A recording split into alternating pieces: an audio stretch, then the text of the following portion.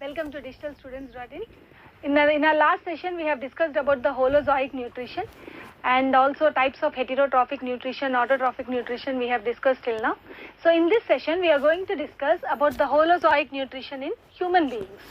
So if you remember, holozoic nutrition is a type of heterotrophic nutrition in which the organism takes both solid and liquid food and digests the food inside its body with the help of enzymes.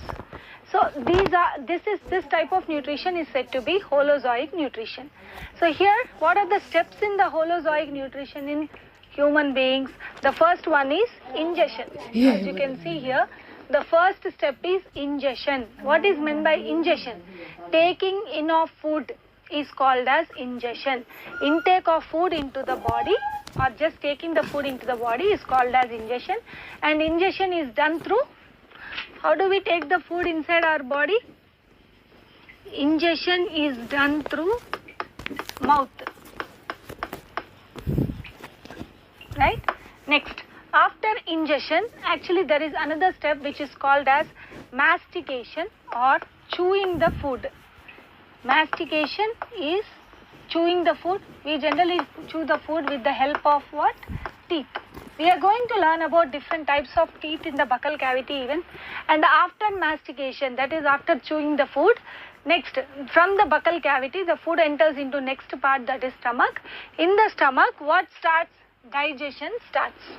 So this is our main topic, digestion, which we are going to learn what is meant by digestion and how does the digestion occur. So what is digestion? That is breakdown of complex food substances into simpler form is called as digestion, and digestion takes place in stomach and small intestine. That is mainly in small intestine, in duodenum region digestion will take place. So we will learn that.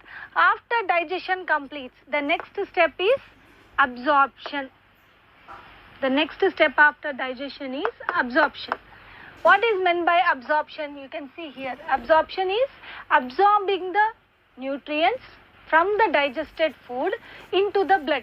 That is, after the food is getting digested, whatever the useful nutrients will be present in the digested food, that will be absorbed into the body, absorbed into the blood by different process. We are going to learn it, and that step is called as absorption, and it takes place in the small intestine region again. Next, after absorption, we find here next step, it is assimilation.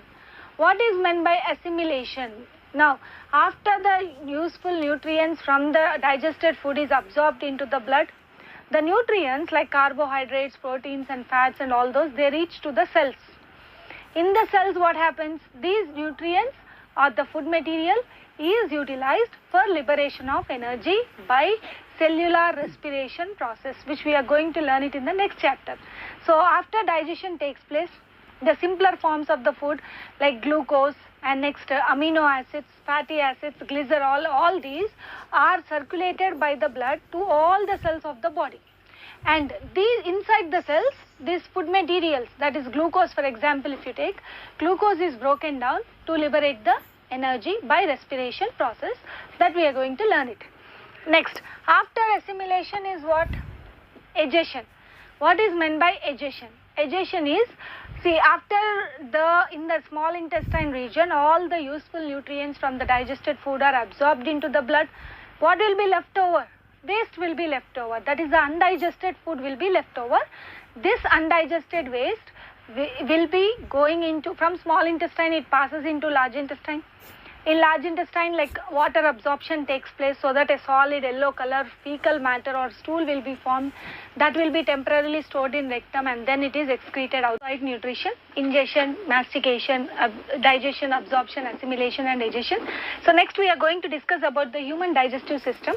Human digestive system consists of mainly three parts: alimentary canal, digestive glands and the extra digestive glands.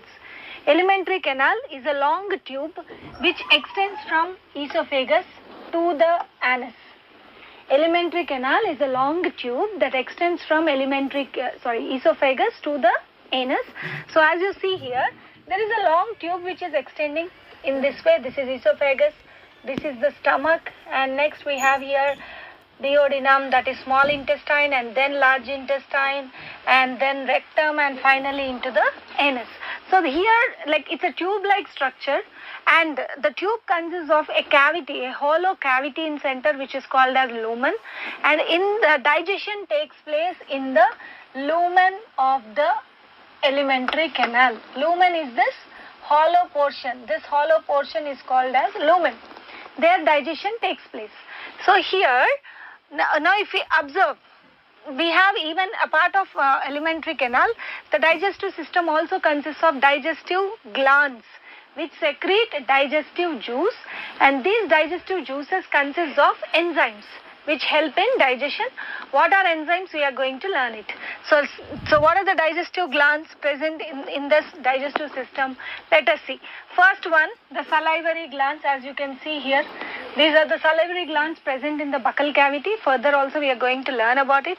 Next, in the stomach, we find the gastric glands which secrete gastric juice in the stomach. And next, small intestine consists of intestinal glands that secrete intestinal juice that is in the small intestine. And apart from that, even we have the extra digestive glands that are liver and pancreas. This part pancreas and this portion liver. These are considered as the extra digestive glands. Why they are considered as extra digestive glands? Because these and this are not a part of alimentary canal. If you observe, the tube is extending from mouth, coming to stomach, then to small intestine, then to large intestine, then rectum, and finally into anus. And food also passes in the same way. So if we observe, the food does not enter into liver, either it will not enter into the pancreas, but these both help in digestion. They secrete different digestive glands, like liver secretes bile juice, which helps in digestion of fats, and pancreas secretes pancreatic juice that helps in digestion of lipids and proteins and carbohydrates. All these it helps in. So that we are going to learn it anyhow. So remember here, alimentary canal is the long tube which extends from mouth to anus. Next, digestive glands are the 4 digestive glands which I already told you. Salivary glands, gastric glands, next intestinal glands in the small intestine, and apart from that, in extra digestive glands are what? Liver and pancreas. These both come under extra digestive glands. So next we are going to learn about types of digestion. So by now you should have understood what is meant by digestion. Digestion is breakdown of complex food materials into a simpler one. Complex food into simpler forms, into its simpler form, it's called as digestion, right? If you are given with a big rock, and if we ask you to break it into small stones or small pieces, how do we do that? We just take a hammer and break it. In the same way here, the food which is in its complex form is getting digested into its simpler form with the help of digestive enzymes that are secreted by digestive juices, and that are present in the digestive juices, the enzymes, and that are secreted by the digestive glands. Now we are going to learn about the types of digestion. Digestion is of 2 types, as you can see here. One is physical digestion and the second one is chemical digestion. What is meant by physical digestion? Physically, just its form, its state, its size is changing. That is called as physical digestion. Change in the physical form or physical size of the food material and breaking down into smaller pieces, that's called as physical digestion. And physical digestion is done by teeth. So what does teeth do? Teeth just help to chew the food and make it into a soft mass, right? That type of digestion is called as physical digestion, and it is usually done by teeth, and also even bile juice helps in physical digestion. We will learn it. Next, coming to the second type of digestion, that is chemical digestion. Chemical digestion is changing the chemical nature of the substance. Like for example, if you take starch, we have learned the photosynthesis reactions, experiments we have learned. At the end of photosynthesis, what do plants prepare? Plants prepare glucose. And how is this glucose stored in the plants? It is stored in the form of starch, right? We have learned it already. Now this starch, when we consume the vegetables or when we consume fruits and all, the starch enters into our body. But this starch cannot be utilized for energy liberation. What should be done to that starch, which is a complex substance? That should be again converted back into glucose, which is the simplest form of starch.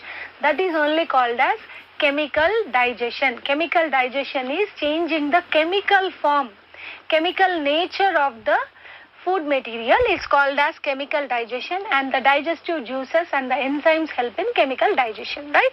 So digestion is of two types, physical, chemical.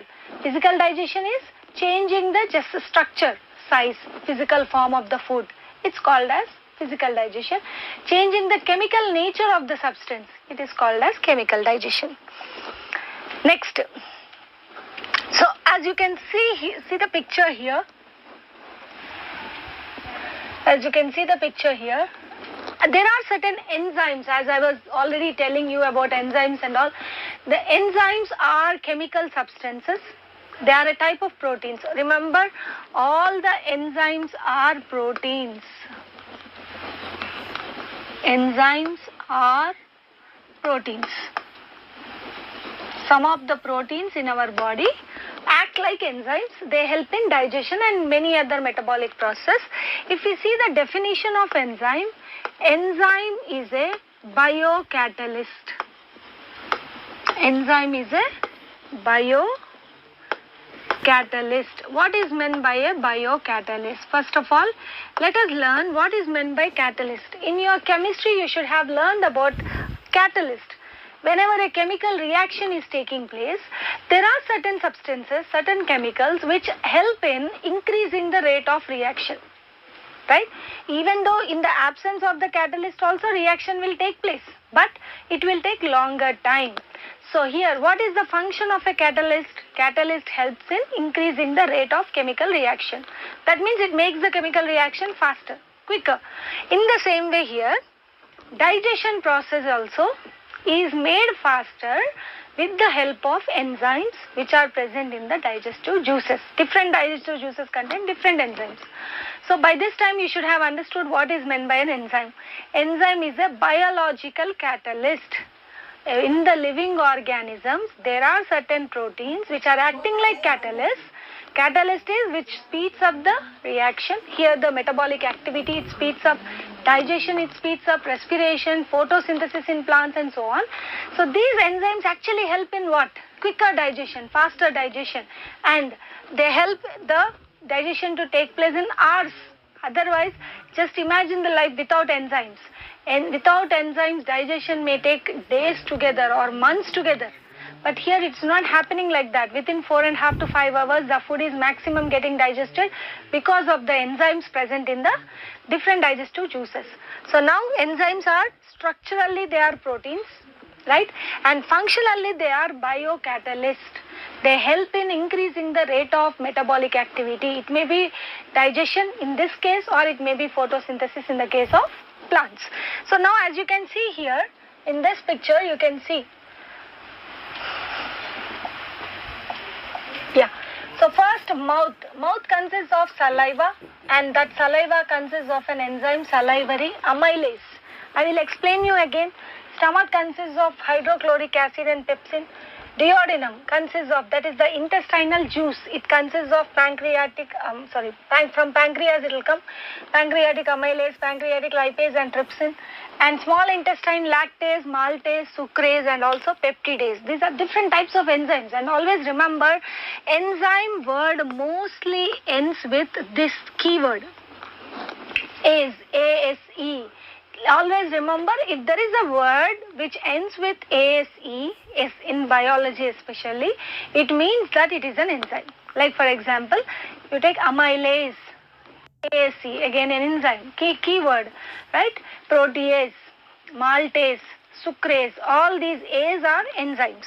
Now next, so what is the function of the enzyme? As you can see here, see the function of the enzyme here. Yeah. What is the enzyme doing? Here carbohydrates. For example, if you are taking bread, let us think that you ate bread for your breakfast. Bread consists of carbohydrates, that is starch it consists of, because it is made up of flour. And this starch present in the food item, with the help of enzyme amylase. What is the enzyme acting here? Amylase. Amylase is the enzyme which usually helps in digestion of carbohydrates. So that amylase converts this starch into glucose.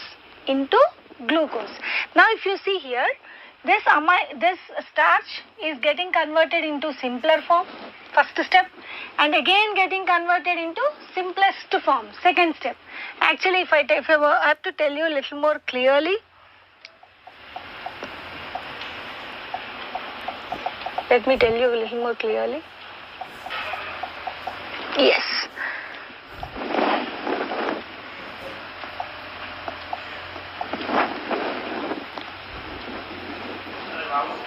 So see here, let me tell you, this is, let us think that the bread consists of starch, and starch is disaccharide, it is called as maltose, mostly maltose. Next, this disaccharide again gets converted into monosaccharide.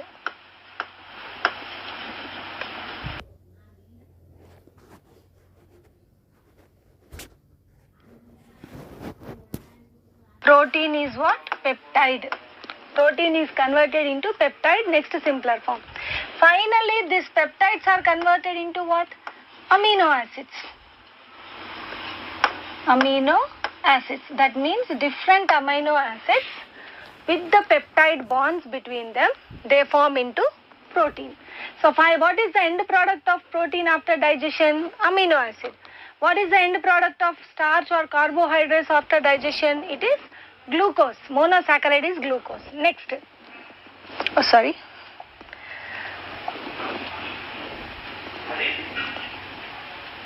Next you can see here, this is like example.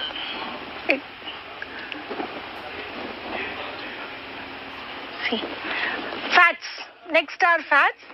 Oil, ghee, butter, cheese, whatever we eat in our daily life food, like food item which we eat, it consists of fats in it. And what are these fats converted into? Fats are converted into fatty acids and glycerol. Actually, fats are made up of fatty acids plus glycerol. So these are converted into fatty acids and glycerol. So remember here, the food which we take consists of majorly 3 organic molecules. They are carbohydrates, proteins and fats. Carbohydrates are converted into their simplest form, that is called as glucose. Next, proteins are converted into their simplest form, which is called as amino acids. And fats are converted into their simplest form, which are fatty acids and glycerol. Now, what about the other types of nutrients present in the food? In the starting of the lesson, I taught you what are nutrients and what are the types of nutrients present in the food. Nutrients are, what are the nutrients which we have learned? Carbohydrates, proteins, fats, vitamins, minerals, roughages and so on. So what happens to the vitamins and minerals? Did we learn anywhere about vitamins and mineral digestion? No, because vitamins and minerals are already in their simplest form. No need to digest the vitamins and minerals because they can be easily absorbed into the blood. Blood can easily absorb the vitamins and minerals because they are in their simplest form. But what about carbohydrates, proteins and fats? They should be broken down into the simplest form so that the blood will be absorbing these products, right? That is only called as digestion. Next, so in the same way you can see here, I want to again brief you about this one. So see here, protein molecule, as you can see here, these all are what? These small are amino acids. So all amino acids, many amino acids, chain of amino acids form a peptide bond and they form into protein. Okay, and this protein after digestion by the enzymes, after the action by the enzymes, they are converted into amino acids. Proteins are converted into amino acids. Next, so what is the enzyme helping here? Protease. Protease is an enzyme which digests proteins. In that many types are there. Trypsin, pepsin and all those are types of protease only. Next, starch molecules. See, these are many glucose molecules. All these glucose molecules will have a glycosidic bond between them, and with the help of carbohydrase enzyme. Carbohydrase acts on what? Carbohydrates. Carbohydrates, and it is like starch, and mostly the enzyme is amylase. This amylase will convert starch into simplest form glucose. Next, these are what here? This is a fat molecule, fat or lipid molecule. This fat or lipid is converted into its respective simplest forms, fatty acid and glycerol, by the enzyme lipase. The enzyme is lipase. This lipase will convert lipids or fats into fatty acids and glycerol. So like this digestion takes place. Hope you all have understood about the digestion process. Again I am telling you, digestion is breakdown of complex food materials into its simplest form so that blood can easily absorb it, and these nutrients will reach to all the cells of the body for assimilation, that is for energy release. Now carbohydrates are finally digested into glucose by the enzyme amylase. Next, proteins are digested into the amino acids by the enzyme trypsin, pepsin and so on, whereas lipids are digested into fatty acids and glycerol by the enzyme lipase. This is the briefly how you can explain a digestion process. Next, so let us start with the first part of the digestive system, that is mouth. As in mouth, what happens? We take the food through the mouth, that is ingestion takes place through the mouth. Once the food enters into the oral cavity, the cavity inside here where the teeth are present, tongue is present, that cavity is called as what? Oral cavity or buccal cavity. Oral cavity or buccal cavity. So in the oral cavity, what do we find? We find different types of teeth present in the oral cavity, and already you should have learned about the types of teeth and functions of teeth. Teeth helps in what? Chewing. Teeth helps in chewing of food, that is they help in physical digestion, breaking the food or converting the food into a soft mass. That's called as mastication or chewing process. Now how many teeth are present in the human beings? If you see here, these are incisors. These are incisors like this, right? They are the front teeth which help in biting the food. Next, just beside the incisors here are what? Canines. Canines help in cutting and tearing the food. So they are just beside the incisors. Incisors are front teeth which help in biting the food. Just beside the incisors are what? Canines. These canines help in cutting and tearing the food. Generally we find these canines longer and sharper in carnivores. You take a dog, a tiger, a lion, they will be having bigger canines like this. So those canines are longer and sharper in carnivores because carnivores eat flesh, and they need these canines to tear and cut the flesh. That's the reason these are bigger in carnivores and canines are absent in herbivores, okay, like cow and goat. Next, after the canines are present, what? You can see these all teeth here, these all, and even here in this way, both upper and lower jaw. These all teeth are molars and premolars. You see here, molars and next are first premolars and next will be molars. These are the 4 types of teeth present in the human beings. First one incisors, next is canines, next premolars, and the last one are molars. With these 4 different type of teeth, these help in cutting the food, biting the food, and then chewing, grinding, like different methods they are helpful in. And even if we find the arrangement of the teeth on the upper and lower jaws, the arrangement, how they are arranged, see like this, the arrangement of teeth on the upper and lower jaws is called as dental formula or dentition. It's called as dental formula. Further about the dental formula, we are going to learn in the 7th chapter, which is a continuation of digestion. We will learn there. We will be learning there. So let me tell you what is meant by dental formula. What is dental formula? Arrangement of teeth on the jaws, both upper and lower jaw, left side, right side, all the sides. It's called as dental formula. And in adults above 21 years of age, generally we find the dental formula as 2, 1, 2, 3 by 2, 1, 2, 3. What does this 2, 1, 2, 3, 2, 1, 2, 3 indicate? Here, this in the nominator and denominator, you should have learned fractions. Nominator here, you consider it as the upper jaw. It is the upper jaw. And the lower one, the denominator, you consider it as the lower jaw. Upper jaw and lower jaw. And also we are taking only one side. That is like this. If I take only one side of the teeth, either left or right, and write both upper and lower jaw teeth, then it will be a dental formula. So as you can see here, in the human beings, adults above 21 years, it is 2, 1, 2, 3 by 2, 1, 2, 3. What does this 2, 1, 2, 3 indicate? First 2 indicates incisors. First 2 indicates incisors. Next 1 indicates canines. See the teeth there? First incisors, then canines. Then second 2 indicates premolars, these teeth. And last 3 indicates the molars. Incisors, canines, premolars and molars. So what does it tell here? Every jaw on each side, it consists of 2 incisors, 1 canine, 2 premolars and 3 molars. This is the dental formula in adults. Let us see the dental formula in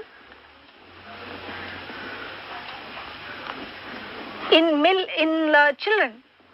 Dental formula in the children, if we see, that is below 21 years of age. In the children, we find the dental formula as 2, 1, 2, 2 by 2, 1, 2, 2. So here if you observe, in adults 2, 1, 2, 3 by 2, 1, 2, 3. In children 2, 1, 2, 2 by 2, 1, 2, 2. What is extra one which is found in the adults? In the adults we find an extra molar teeth. The last teeth, here it grows like this. Here it develops.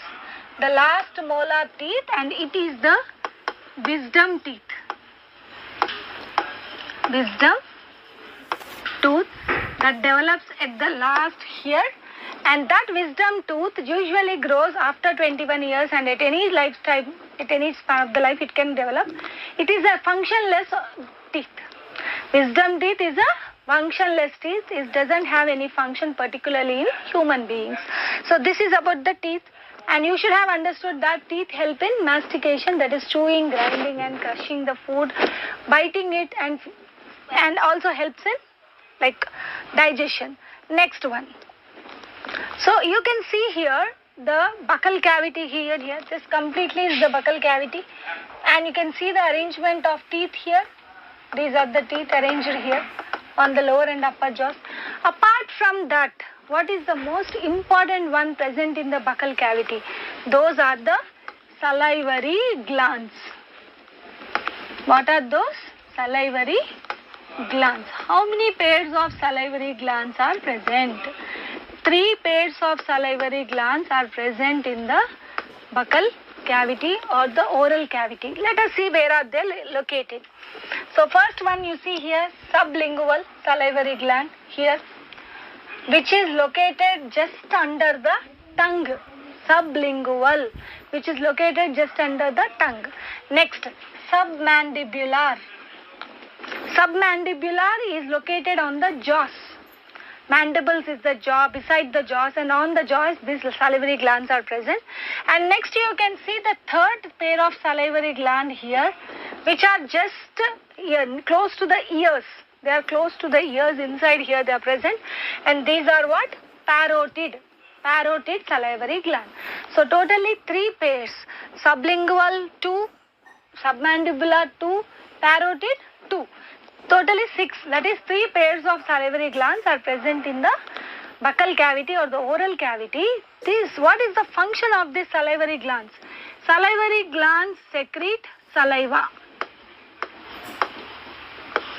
They secrete saliva. What does saliva consist of? Saliva, mostly it consists of water. Majorly 96% almost it consists of water.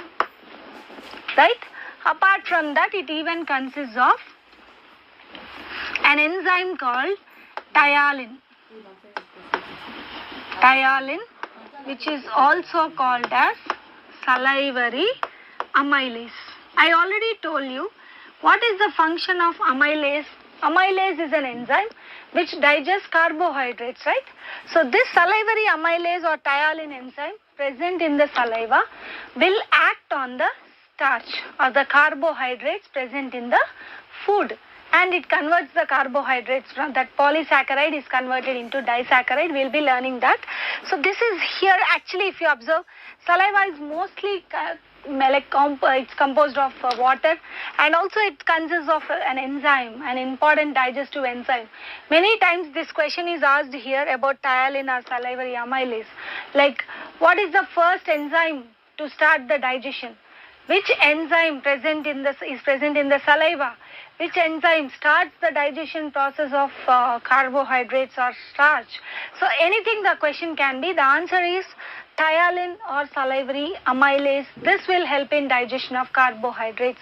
And remember, the food which we are taking may consist of proteins and fats also, but amylase does not act on proteins and fats. It acts only on carbohydrates, converting polysaccharide into disaccharide, because amylase, actually its function is carbohydrate digestion itself, and it will not act on proteins and fats, right? This is about saliva. Apart from that, what are the functions of saliva? Now we know that it helps in digestion. Let us see what are the other functions of saliva even. What do saliva help in? It helps in proper chewing of food. With the help of saliva only, the food properly moves inside the oral cavity. That is, in other words, it actually helps in what? Lubrication. Easy movement of food inside the oral cavity for proper chewing, right? Next, apart from that, it also helps in taste. It also helps in taste. These are the functions of saliva. First is, it helps in digestion of carbohydrates into maltose, that is disaccharide. Next one is, it helps in chewing the food. That's with the help of saliva only, the food easily moves inside the buccal cavity and teeth are able to chew it properly. Next one also, the saliva helps in taste. So let us see now the enzyme tyalin function. Enzyme tyalin function, let us see. So the food consists of what? The food which we are taking will consist of carbohydrates, that is starch, which is a polysaccharide. These carbohydrates are converted into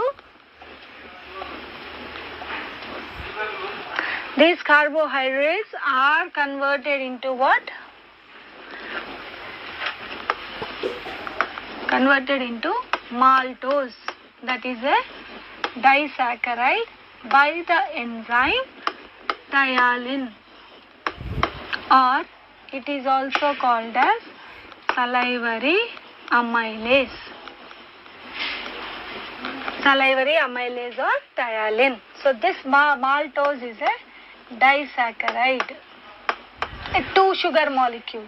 So multiple sugar molecules is broken down into 2 sugar molecule maltose, and here it is starch. So this is the starting of digestion in the buccal cavity. Hope you all have understood about this saliva. Next, as you can see now let me tell you even this one. Now the food is chewed properly, and also the carbohydrate digestion also started in by the saliva. So now what happens to the food? Food which we take converts into a soft slurry mass.